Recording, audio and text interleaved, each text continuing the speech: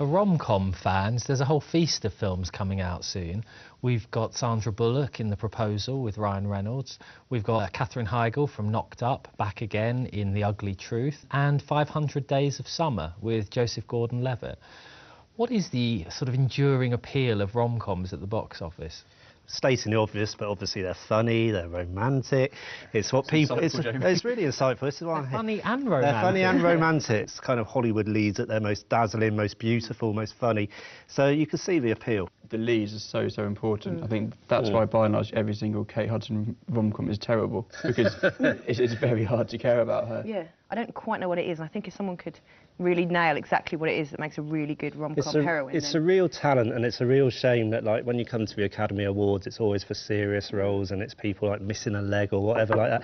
But, you know, someone like a Sandra Bullock or someone like a George Clooney when he's doing a rom-com, or a Hugh Grant, to have that kind of comic timing, it's really, really tricky thing to do. Sandra Bullock film? Yes, do you think it should have been Oscar nominated? Okay, all right. I'm now stepping back from that remark, but I think we should make it clear, all the films we're talking about, none of them are what you would call a great film, and I think this is a thing with romantic comedies, that they do what they do. Can you make a rom-com what about When Harry film? Met Sally, for example? I think that is a genuinely great film. Now we're going up a level, definitely. Yeah. But that's a rom-com. You just said rom-coms. No, I'm just saying you can clearly make some great ones, like When Harry Met Sally, if you go back, if something like Annie Hall, where it's kind of an anti-rom-com, but those kind of films, there are some great ones out there. But isn't that just the same for every single genre in cinema? So, like, with horror, you know, it's what it's for is to scare people and thrill people, but people still make great ones. Thrillers, the same. It's interesting you say that, because if you go right back, and if you go to something like It Happened One Night, it's arguably the first rom-com, or, you know, it influenced everything. That was 1934, and it won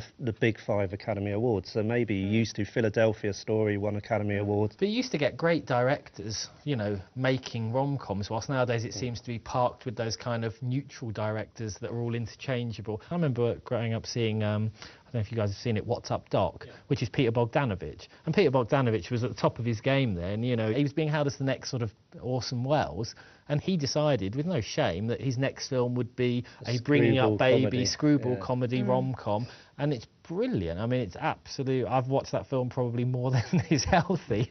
All right, so if we had to pick a rom-com that stands the test of time, what would everyone go for? 40-Year-Old Virgin. When Harry Met Sally. Manhattan, Woody Allen. Just because I want to keep plugging it, because I don't want to be the only person who watches it every time it's on TV at night, I'm going to say What's Up Doc.